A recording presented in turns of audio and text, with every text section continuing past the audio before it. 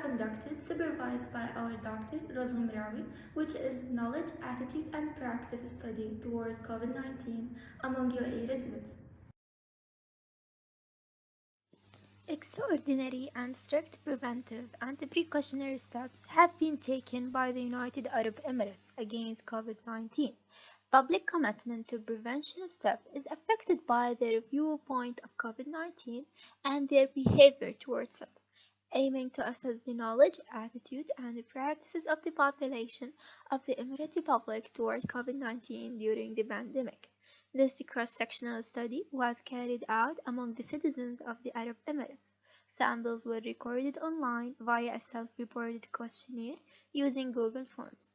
Considering the social distancing intervention, one-way variance analysis ANOVA was used to analyze differences in average scores for KAB scores using Excel. Data collected from different participants were arranged according to educational levels, analyzed, and presented in the following figures.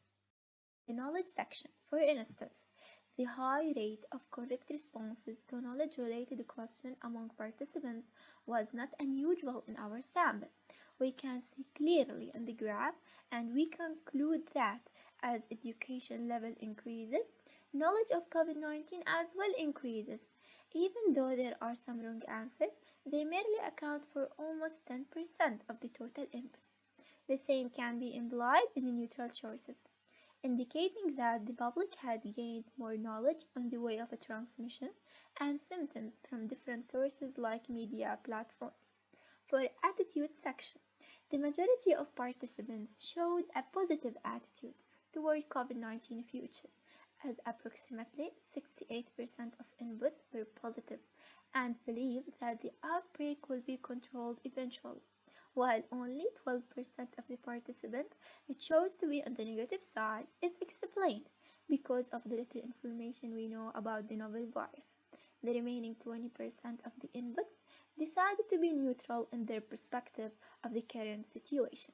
However, our observations indicate that the high understanding of COVID-19 by the participants converts into helpful and safe activities during COVID-19 pandemic. We found that participants with higher educational levels tend to perform more hygienic practices toward the prevention of COVID-19. Data taken proves this assumption as higher educational group with an average of 9 practices for each individual takes the lead, followed by the secondary school with 8 practices on average. The obtained p-values are less than 0.05, indicating that knowledge, attitude, and the practice toward COVID-19 are all significantly affected by educational level. Finally, this study aimed as well to measure public responses to the new COVID-19 vaccine. The majority of participants were with the use of the vaccine, believing it would make their life easier, but their opinions were still not fixed to whether they would go as far as giving it to their families. In conclusion, our results reveal that the focused initiative in health education should be aimed at this particularly vulnerable group, which could be at elevated risk of contacting COVID-19.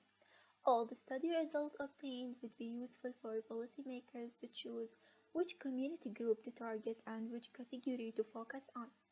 As I bring my presentation to a close, I would like to thank everyone that helped in finishing this study.